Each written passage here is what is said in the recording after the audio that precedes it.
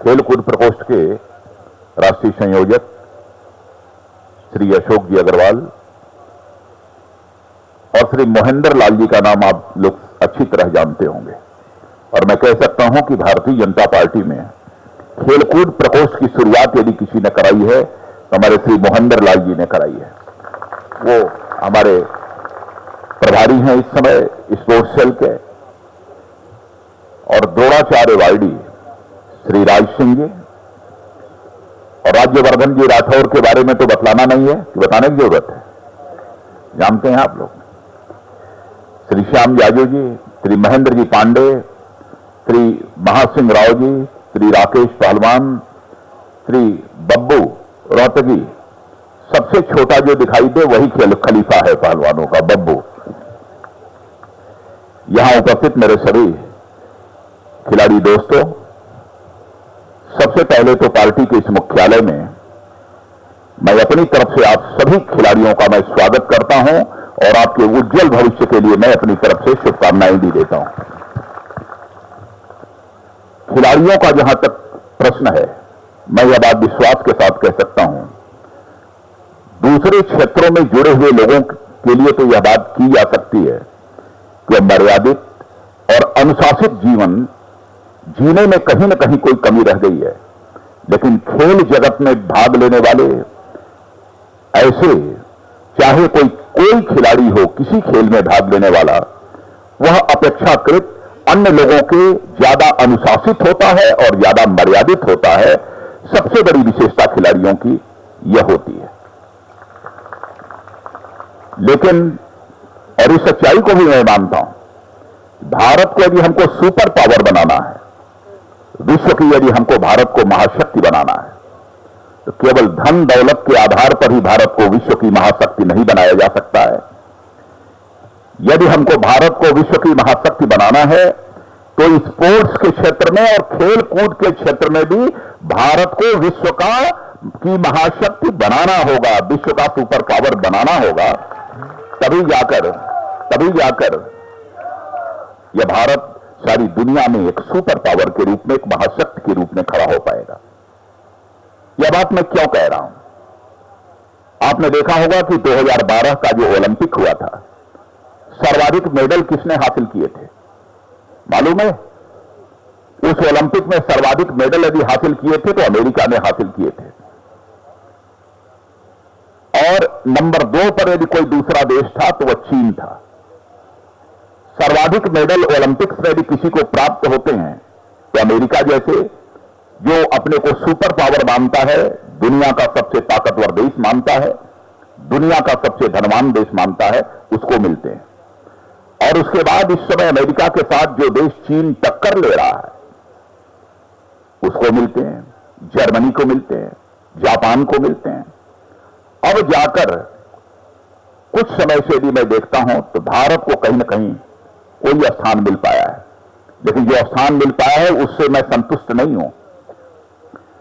अब इसके पहले 2012 के पहले जो 2004 में ओलंपिक हुआ था, नहीं 2004 में हुआ था, 2004 में हुआ था, तो उसमें हमारे राज्यवर्धन राठौर ने हम सभी भारतवासियों का मस्तक सारी दुनिया में ऊंचा करने का काम किया था निशानेबाजी में। और वैसे 2012 के भी ओलंपिक में हम देखें तो हमारे पहलवानों ने, एक सुशील कुमार और योगेश्वर और अमित और बजरंग ने तो भी हाल में विश्व चैंपियन की जो प्रतियोगिता हुई है उसमें मेडल हासिल किया है। इन लोगों ने उसमें हासिल किया। लेकिन मैं अपने खिलाड़ी दोस्तों आपको यह मैं बतलाना चाहता हूं, जनता के बीच राजनीतिक क्षेत्र में काम करने वाले लोगों के प्रति तो विश्वास का संकट हो सकता है। लोग कभी कभी नेता को इस नजरिए से भी देखते हैं कि जरूर कुछ गड़बड़ होंगे, कुछ सही नहीं बोल रहे होंगे, लेकिन यदि जो खिलाड़ी यदि जो बोल देता है, पहलवान जो बोल देता है, उसको सारी जनता सही मान लेती है, उस पर पूरी तरह से यकीन कर लेती है। समाज में आपकी एक विश्वसनीयता है। और मेजर ध्यानचंद की ओर आपका ध्यान मैं ले जाना चाहता हूं। हॉकी के खिलाड़ी थे, उन्हें एक हॉकी लीजेंड के रूप में सारे विश्व में पहचाना जाता है। और वह मेजर ध्यानचंद जब जर्मनी में खेलने गए थे तो उस समय का शासक वहां का हिटलर हुआ करता था। हिटलर ने देखा कि अपने हॉकी की स्टिक के माध्यम से जैसे लगातार 16 घंटे तक बॉल जो होता है उसको इधर उधर करिश्माई तरीके से मेजर ध्यानचंद करते रहे, तो हिटलर ने यह प्रस्ताव रखा मेजर ध्यानचंद के सामने, जो कि भारत माता की ही कोख से पैदा हुए थे, कि मेजर तुम भारत के रहने वाले हो, क्या करते हो? तो उन्होंने बताया कि मैं छोटी मोटी कोई नौकरी करता हूं।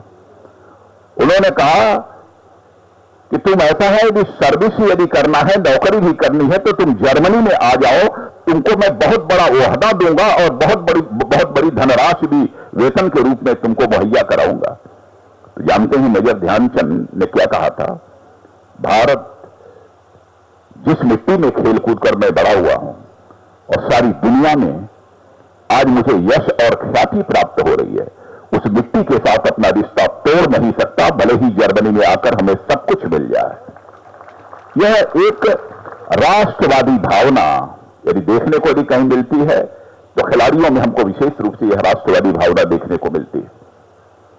तो ऐसा नहीं है कि अपने क्षेत्र में, अपने जनपद में और अपने राज्य में ही जो हमारे खिलाड़ी होते हैं, जो पहलवान होते हैं, उनका सम्मान होता है, बल्कि यदि अंतर्राष्ट्रीय जो भी खेल होते हैं उसमें भी वह अपने देश का नाम रोशन करते हैं। किसी मंत्री से, किसी मुख्यमंत्री से, किसी प्रधानमंत्री से कोई हैसियत उनकी कम नहीं होती है देश के योगदान के मामले में। और मैं समझता हूं कि सभी को इस सच्चाई को स्वीकार करना चाहिए। इसीलिए अशोक अग्रवाल को मैंने कहा कि हमारे जो यहां पर प्रमुख, अब चूंकि सबका करना संभव नहीं है, लेकिन जो बास होते हैं, जो बड़े लोग होते हैं, यदि उनका कर दीजिए तो मैं समझता हूं पूरे समाज का वह सम्मान मान लिया जाता है। इसीलिए मैंने कहा कि ऐसे कुछ प्रमुख लोगों का जो खेल जगत में, कुश्ती के जगत में भारत का नाम रोशन किया है सारी दुनिया में, उनका सम्मान मैं स्वयं अपने हाथों से करना चाहूंगा। इसीलिए अपने हाथों से उनका मैंने सम्मान किया है। लेकिन जब कभी ऐसी खबरें भी हमको सुनाई देती हैं, अब जैसे कॉमनवेल्थ गेम हुआ, कॉमनवेल्थ गेम में जो भ्रष्टाचार हुआ, एसोसिएशन को जिस प्रकार की भूमिका निभानी चाहिए थी, कहीं ना कहीं उसमें कोई कमी थी, कहीं ना कहीं कोई खोट था। और कॉमनवेल्थ गेम में यदि भ्रष्टाचार होता है तो उस भ्रष्टाचार की कहानी केवल भारत के सीमाओं तक ही सीमित नहीं रहेगी, बल्कि वह कॉमनवेल्थ गेम में भाग लेने वाले हर देशों तक उस भ्रष्टाचार की कहानी चली जाएगी। और आपने देखा कि जो भ्रष्टाचार हुआ, कंट्रोलर एंड ऑडिटर जनरल ने अपनी रिपोर्ट में कहा कि 70,000 करोड़ रुपए से अधिक का भ्रष्टाचार हुआ। क्या उससे हमारा मस्तक झुका नहीं? लेकिन मैं सचमुच अपने पहलवानों को इसके लिए मैं बधाई देना चाहता हूं, जिन्होंने मेडल हासिल करके हम भारतवासियों का मस्तक सारे देश में ऊंचा किया है। लेकिन खेल की तरफ जो ध्यान देना चाहिएगा सरकारों को, शासन को, वह ध्यान नहीं दिया गया इस आजाद भारत में। सच्चाई को स्वीकार करता हूं। 122 करोड़ की जनसंख्या का हमारा भारत, और आज हम मेडल प्राप्त करने के लिए ओलंपिक्स और कॉमनवेल्थ गेम्स में तरसते हैं। और हमसे छोटे छोटे देश, जिनकी जनसंख्या हमकी मैं समझता हूं 1/7, 1/8 होगी, 1/9 होगी, 1/9 होगी, 1/6 होगी, 1/7 होगी, आज वो 100 से अधिक मेडल हासिल कर रहे हैं। क्या हमें ये चुनौती नहीं है? यह हम सबके लिए एक बहुत बड़ी चुनौती है। और मैं विश्वास दिलाना चाहता हूं कि यदि हमारी भारतीय जनता पार्टी की सरकार बनती है, और हमारी सरकार बनेगी, तो आप सबको जानकारी है, इसमें दुविधा भी नहीं होनी चाहिए किसी को, यदि इस देश के सर्वाधिक लोकप्रिय राजनीतिज्ञ को हमने भारतीय जनता पार्टी के प्रधानमंत्री पद के उम्मीदवार के रूप में घोषित किया है। हमारी पार्लियामेंट्री बोर्ड ने घोषित किया है।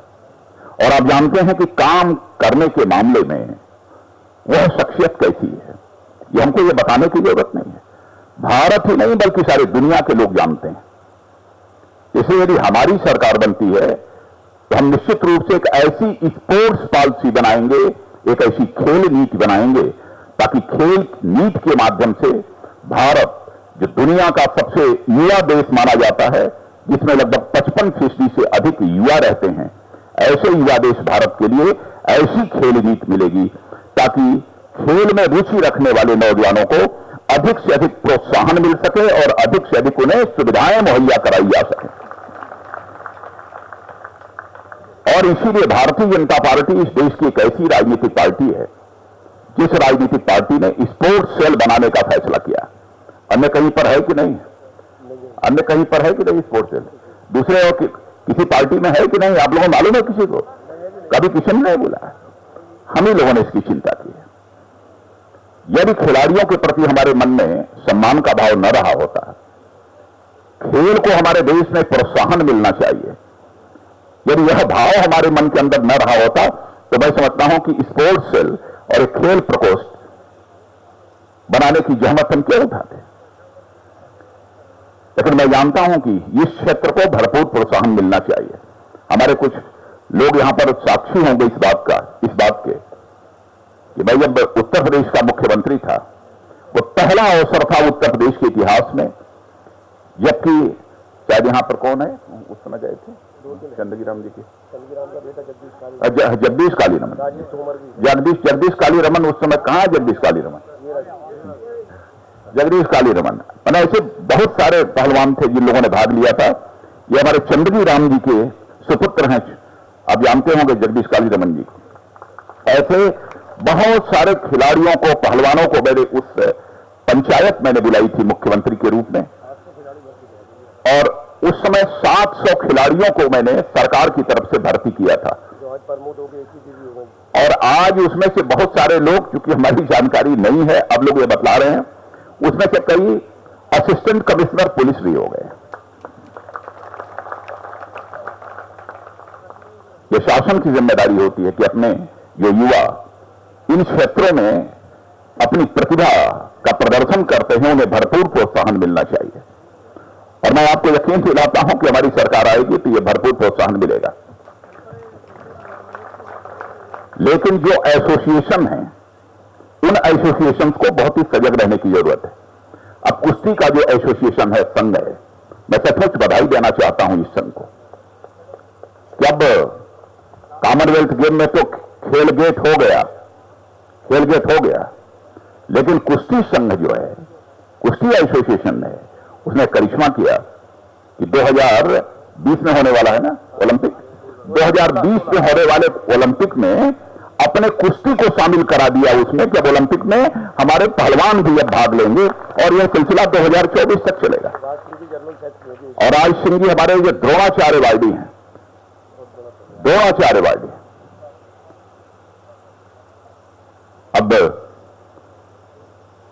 अब आप समझ लीजिए कि अब क्या होगा। 2024 तक हमारे जितने भी पहलवान देश के हैं वहां पर जाएंगे, भाग लेंगे, और मुझे पूरा विश्वास है कि 2020 का जो हमारा वो होगा।